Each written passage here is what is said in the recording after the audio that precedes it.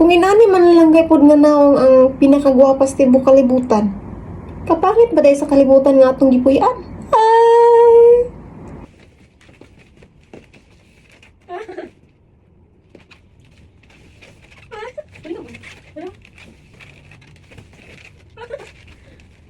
Today is Wednesday.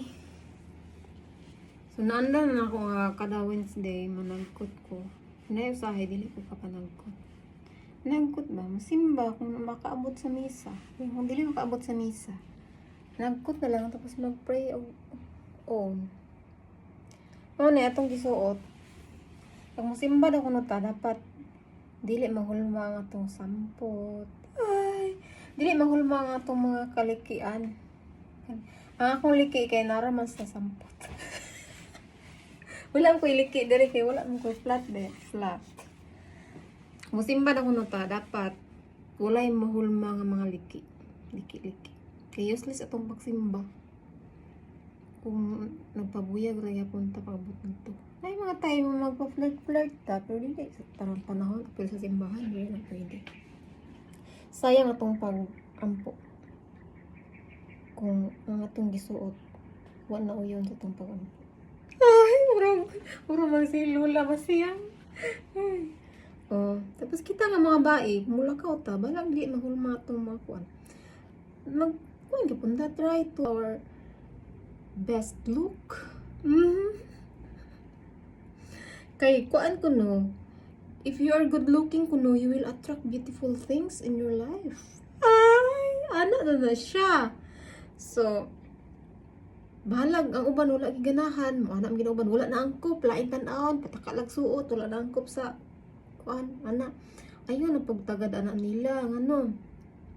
Ang importante nalipay ka sa imong gisuot, ganahan ka, komportable ka, mao na importante. Dili importante ang opinion sa uban. Basta feeling nimo komportable ka ana, ganahan ka, mao gina imong style. So ganahan ka kay mao gina imong style. Padayon na.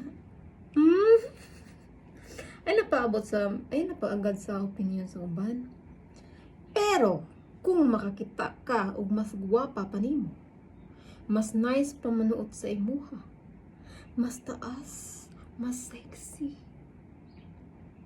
mas gato, dili daw ka dapat ma-insecure, dili daw ka maingon nga, hala, ka-sexy niya, nalupigan ko. Di daw na maayo. That's not good.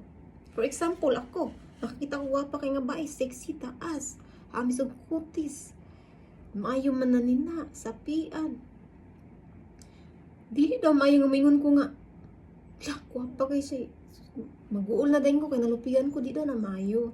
Dapat makita kag mas labaw pa sa imuha, mas maayo pa sa imuha, manda ko, wow, ana na siya.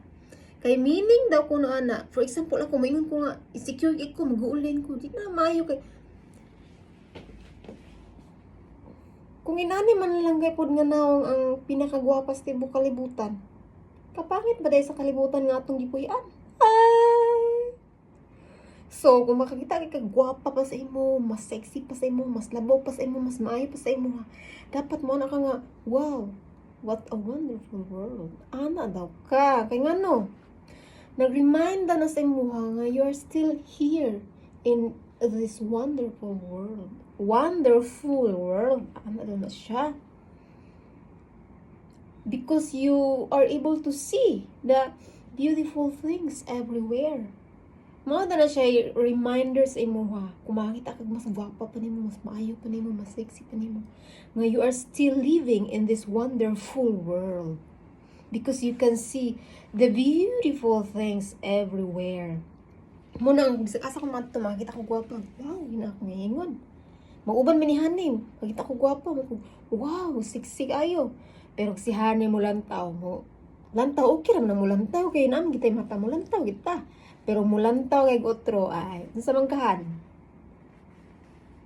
Pasumbag ka? Ah!